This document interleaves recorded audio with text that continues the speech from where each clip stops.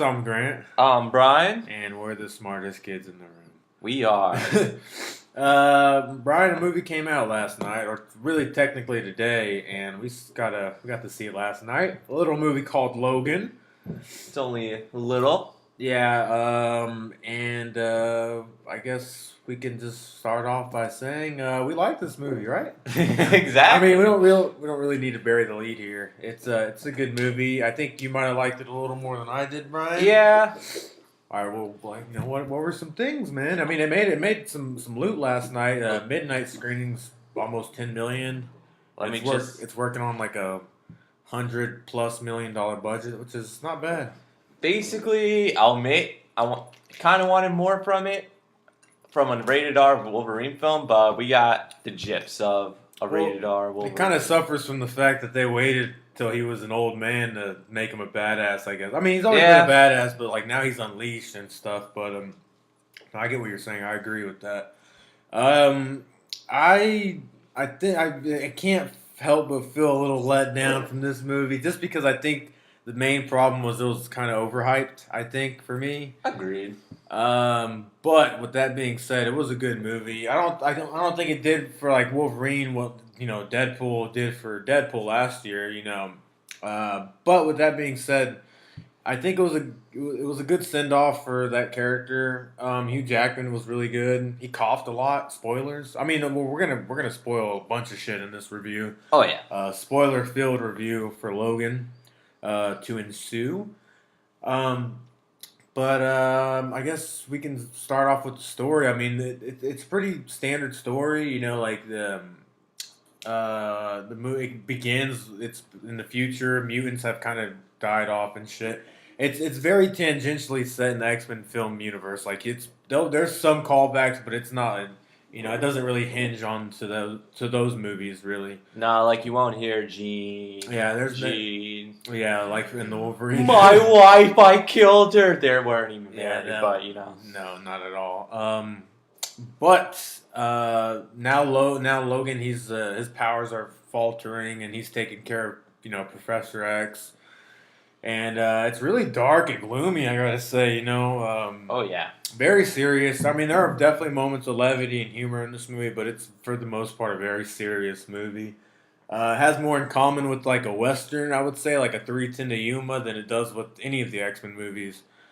Yeah. Which I like that. That was one of the biggest takeaways from this movie for me was that it felt very much we've heard this a lot, like.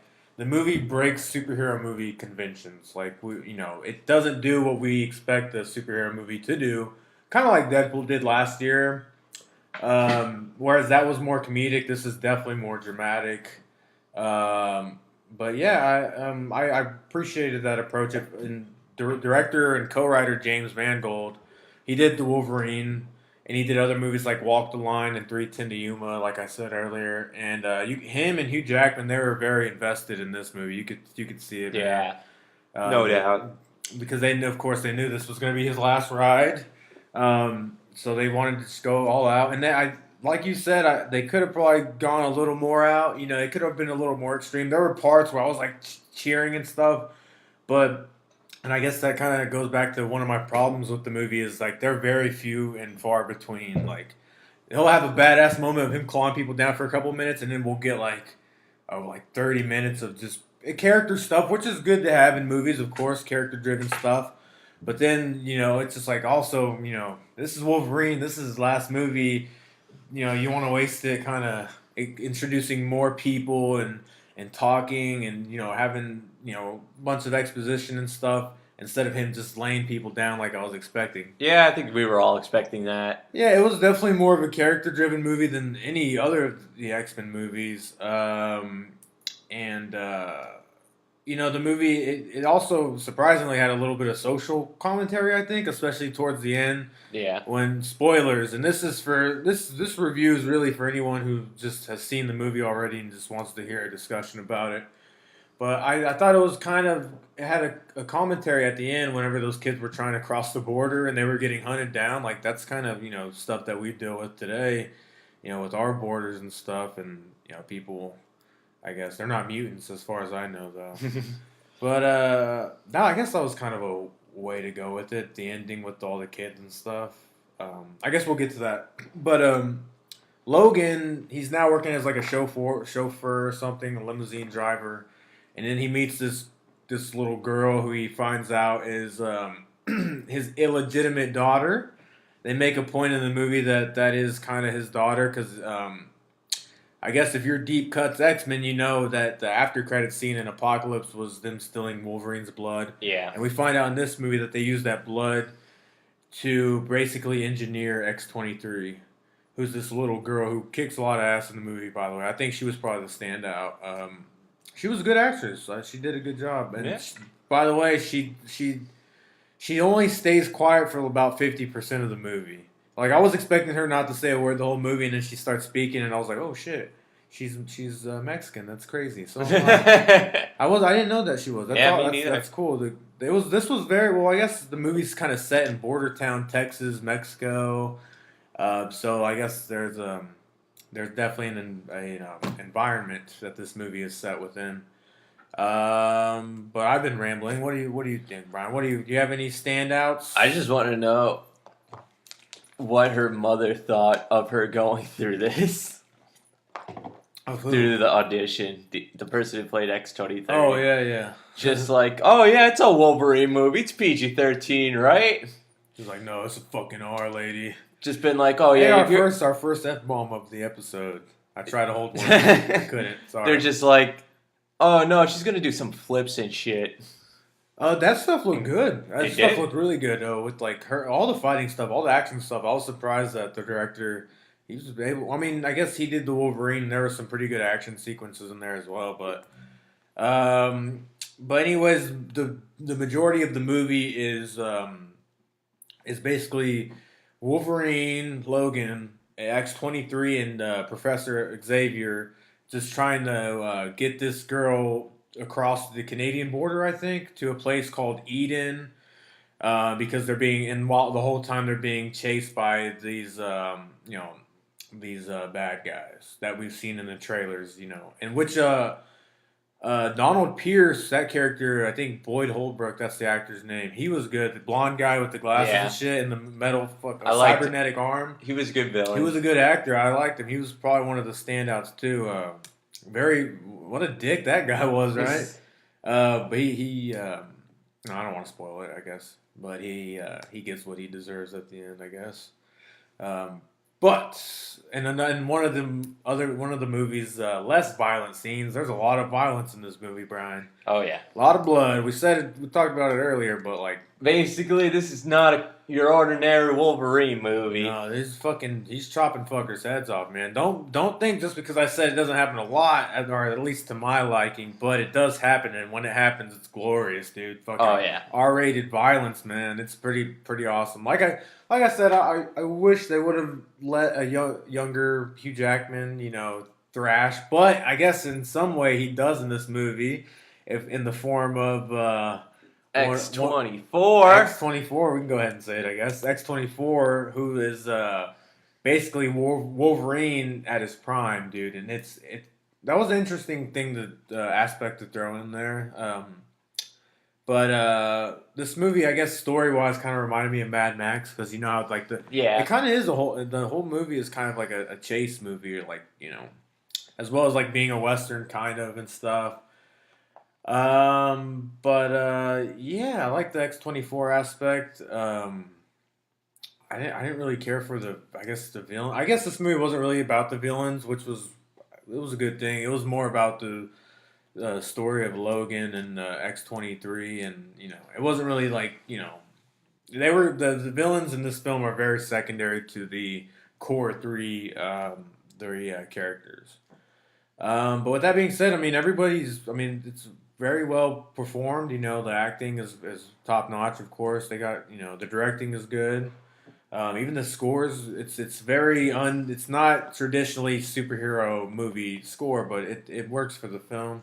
Yeah. And there were titties. and I didn't see that because I went to go get some He milk. went to go get candy, I and went I to was get milk duds, and there was a long line, and there was only one person working, and I was like, "Do I want these? Do I really want them?" And then I was about to leave, and then I was like, "I've been waiting here too long. I might as well just wait it out." And then I missed boobies. There were boobies. I've been very nice with this review, Brian, but there are some things that bothered me about the movie that I would not be happy if I didn't talk about. I felt like at the beginning of the movie they were saying "fuck" a lot just because they were like, "Oh, finally we can." I was expecting Deadpool to come out and be like, "Whoa, since you finally got that R rating, I guess you just think you can say fuck whenever the fuck you want or something like that." Exactly. But speaking of Deadpool, Oh yeah, I guess we didn't talk about that. That was a nice surprise. They ditched the I guess Fox ditched the after credits scene in favor of a pre-credit scene. I guess with Deadpool, it's basically a Deadpool 2 teaser, and it's the funniest fucking thing in the world, dude. It's awesome. Oh my god, and it kind of fucking ruined the rest of the movie for me because I was like, I want to see that movie so bad. say I can't wait for Deadpool 2. Yeah, dude, that's gonna be awesome, bro. I hope it's. I think I don't know. It probably has been confirmed, but I think David Leitch, who's directing Deadpool 2, I think he might have directed this pre-credit scene. But it was brilliant. It was fucking hysterical. What else? What have we not covered? There's no Stan Lee cameo? Yeah, there's not. That's kind of weird. That's a bummer. He was in Deadpool though, which is kind of fucked up.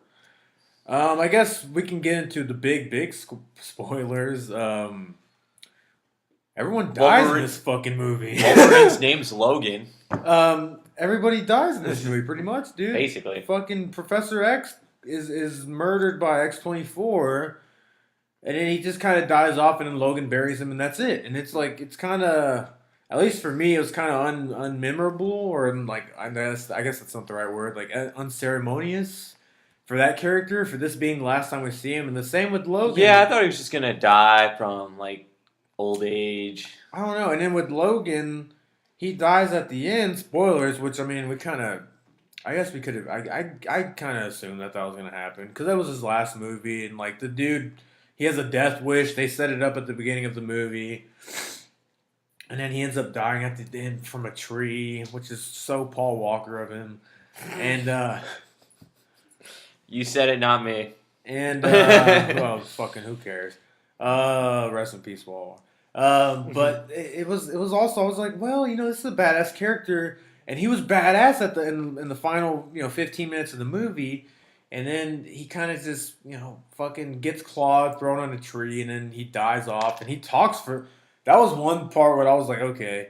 When at the end, and again, these are nitpicks. Like, I otherwise really like this movie, but at the end when he's talking to X-23 as he's dying, he is mustering up a bunch of breath to speak to her because he's talking to her for a good 5 minutes, just dying.